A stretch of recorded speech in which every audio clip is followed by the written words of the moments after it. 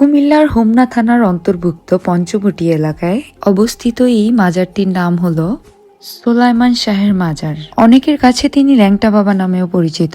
লোককথা অনুযায়ী সোলাইমান শাহ কুমিল্লা জেলায় মধ্যযুগে জন্মগ্রহণ করেন।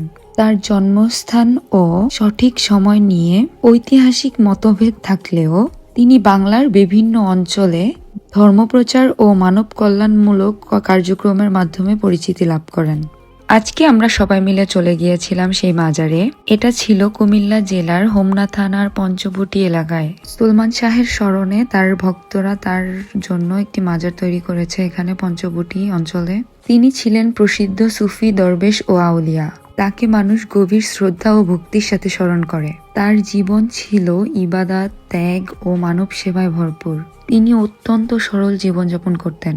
দুনিয়াবি সকল আরাম আয়েশ ও বিলাসিতা ত্যাগ করে তিনি অনেক সময় অল্প কাপড় বা ছেঁড়া কাপড় পরিধান করতেন।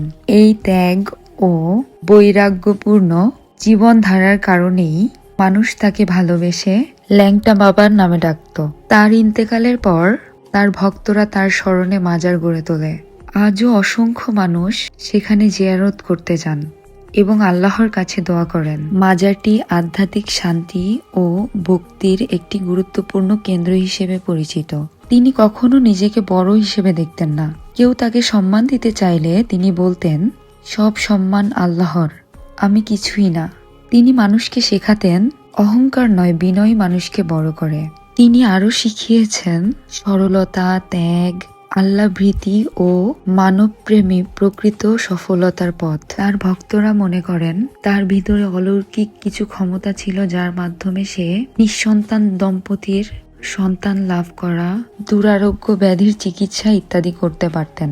এই জন্য তার জীবন কাহিনী আজও মানুষকে নৈতিকতা ও আধ্যাত্মিকতার পথে অনুপ্রাণিত করে। প্রতি বৃহস্পতিবারে এই পঞ্চবটি এলাকায় তার হাজারো ভক্ত এসে উপস্থিত হয়। তাদের জন্য আয়োজন করা হয় তবারকের।